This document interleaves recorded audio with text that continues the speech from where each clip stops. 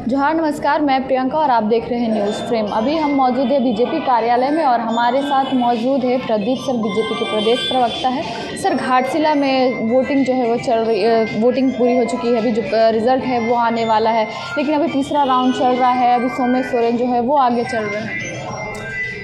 देखिए, भारतीय जनता पार्टी के नेताओं ने पूरे चुनाव कैंपेन के दौरान अपनी ओर से पूरी कोशिश की और विगत एक वर्षों में सरकार का जो कामकाज रहा है, जो तौर तरीका रहा है, जिस तरह से जो अपेक्षाएं थी कि इतने प्रचंड बहुमत के बाद सरकार बढ़िया काम करेगी, डिलीवर करेगी, तो सरकार की विफलताओं को हमने जनता के बीच रखा है। हमारे कार्यकर्ताओं ने भी पूरी मेहनत से काम किया।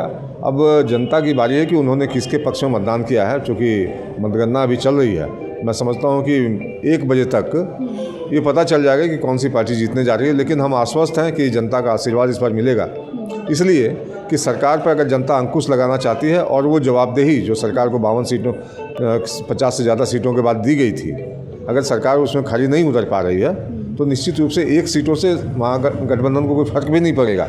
लेकिन उनके लिए सबक होगा कि जनता की नाराज़गी को अनदेखा नहीं किया जा सकता और काम तो अच्छा करना पड़ेगा। सर, बाबूलाल जो सोरेन है वो भी पीछे चल रहे हैं और अभी जेलकेम के जो प्रत्याशी है वो भी, उन दोनों के बीच टक्कर है।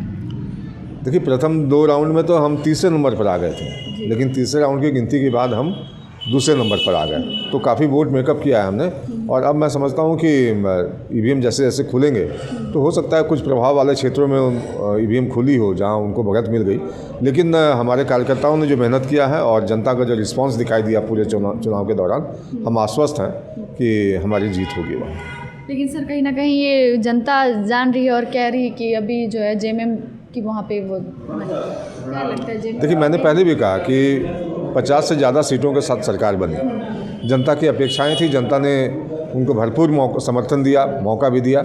लेकिन सरकार अगर बढ़िया से काम नहीं कर पा रही है, आप देखें बार बार हाई कोर्ट को दिशा निर्देश देना पड़ता है सरकार को हर काम के लिए, चाहे पेशा कानून लागू करने का विषय हो या फिर सूचना आयुक्तों की नियुक्ति हो, महिला आयोग में जो रिक्त पद पड़े हैं उसको लेकर हो।